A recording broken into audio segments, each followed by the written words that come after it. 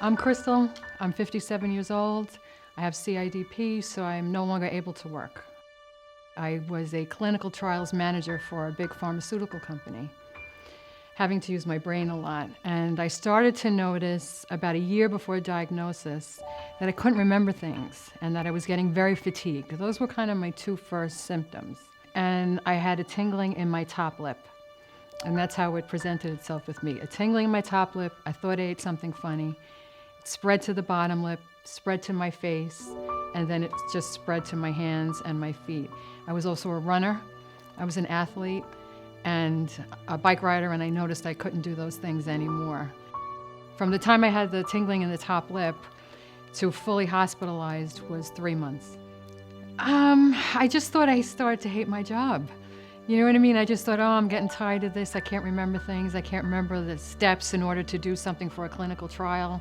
I had to keep Post-it notes everywhere. I was forgetting things. I had to backtrack and try to cover my tracks at work for things I hadn't done. But even still, it didn't occur to me that there was anything major going on. I was 55 at the time. I just figured, all right, you know, things are happening or I'm just getting bored with work. It didn't occur to me that there was something else happening. When it went to my hands and my feet constantly, and I started to get areas of numbness, my face was numb. I felt like I had ants crawling under my skin. And my husband works for a hospital, so he said, I think you need to see a neurologist. So I went to his hospital and went to a neurologist.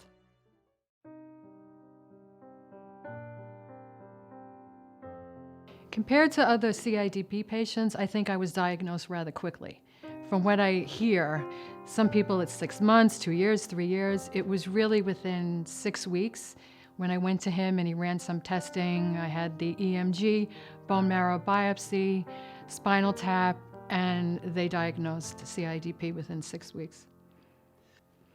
I know this is going to sound strange. I was relieved because I felt like, you know, these are such weird symptoms. I didn't know if I was making them up in my head. And I think as women, we're taught it's stress, you know what I mean? It's not what you think it is, and I am getting older. So I was actually worried that he wasn't going to find anything. So when he did, my first reaction was, oh, great. But I didn't know what it was yet. You know what I mean? I didn't have the whole full picture yet. And basically he did tell me, well, it's CIDP, you know, I'll see you in a couple of weeks when we start IVIG. I had to go home and look up what CIDP actually was. And then I started to get slightly depressed. I knew my life had changed. I knew that going forward it wasn't going to be the same old for myself. And I had been, I want to say, pretty cocky in terms of my health prior to this. I ate well, I didn't drink much, I didn't smoke, I exercised, you know what I mean? I was an athlete and I was 55. I figured I'm gonna be one of those 80-year-old women running half marathons still. You know what I mean? I was very, very cocky. And all of a sudden that cockiness had to go because I didn't know what my future was gonna be like, but I knew it wasn't gonna be that. I wasn't gonna be able to be the 80-year-old running. So, and now 2.5 years in, I'm a little bit worse than I was even when I first got diagnosed. So when you first get IVIG, it takes about 2 weeks for you to notice anything, 2-3 weeks.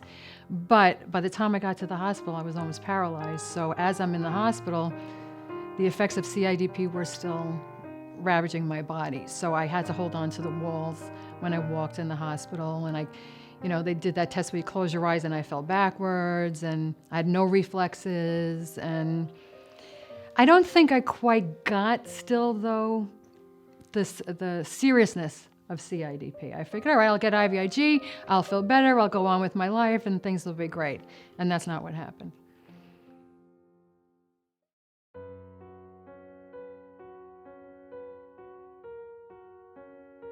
I get IVIG every 3 weeks. I was getting it 1 day every 3 weeks. Now I get it twice, 2 days in a row, every 3 weeks. So it's increased, it's doubled. But for a good year, I was on every 3 weeks just IVIG.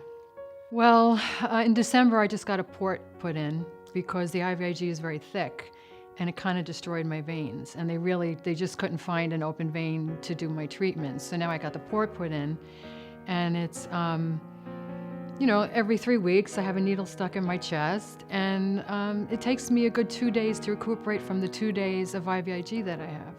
So for 4 days, every 3 weeks, I'm out of it. I'm in the house watching, reality television. So, my life has changed completely because of it. It revolves around the treatment. They start very early in the morning for me. My nurse comes to my house, so we get it at 6 a.m. So it's from 6 a.m. till around 11, where I just lay on the couch and she puts the IVIG in. And it's, you get pre-treated. You get Benadryl and Tylenol. So I usually fall asleep. But you feel like you've been run over by a truck I do anyway, after IVIG treatment. It's heavy duty. It's not, like taking an aspirin. Theoretically, I probably should get it every other week because I last about a week and a half on it, but I don't want it every other week because then it's every other week, 2 days in a row, then 2 days, but with 14 days, 4 of it not well, I need a little bit better of a quality of life. So I do notice right after the IVIG, I do get sick, but then I get a little boost. And it's more like an energy boost, and the tingling is less. And that lasts about a week, week and a half, and then I start to tank again. And I know I need it. I really can't go longer than 3 weeks. I'm on methotrexate now as well. That helps some of the pain a little bit. But again, methotrexate and IVIG are 2 heavy-duty drugs. So you have to wait. They seem to be the only things that work for me right now. I can't take prednisone. A lot of people take steroids. I can't take them. I react to them. It hasn't gotten me to where I want to be. But I'm better than I was when in terms of that, the tingling and the pain from when I first got diagnosed. Other things are worse. Because I don't know if with CIDP, some things get better, some things get worse. It's fluid. It's constantly changing. So it's the randomness, it's the not knowing what's going to happen, but without the IVIG, I think I'd be dead, actually. I really do.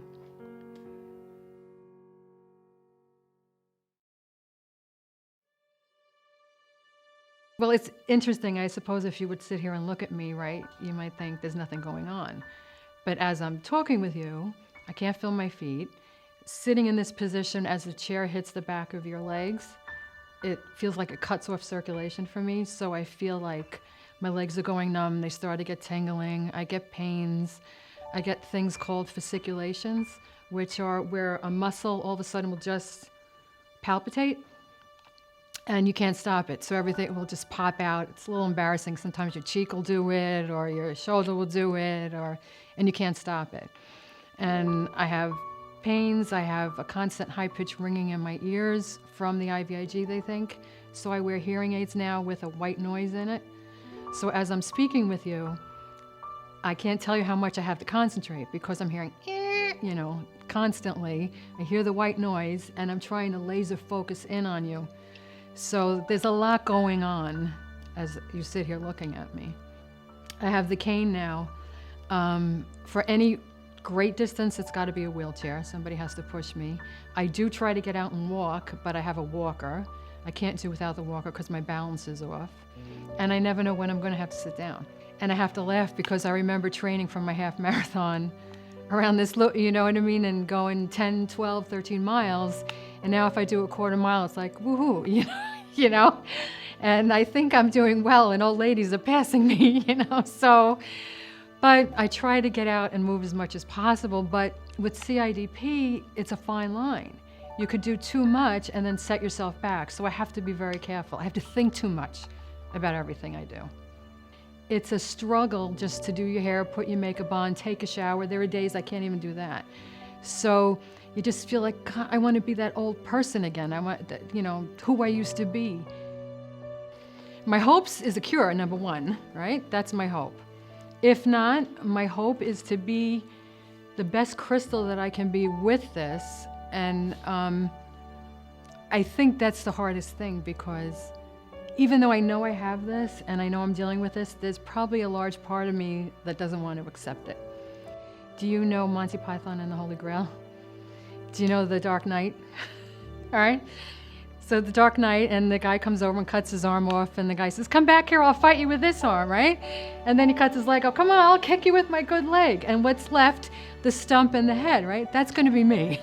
Come here, I'm gonna bite the out of CIDP. That's gonna be me. That's kind of how I feel like. I'm the Dark Knight, and no matter what this disease does to me, I'm gonna fight and try to work through it and help people.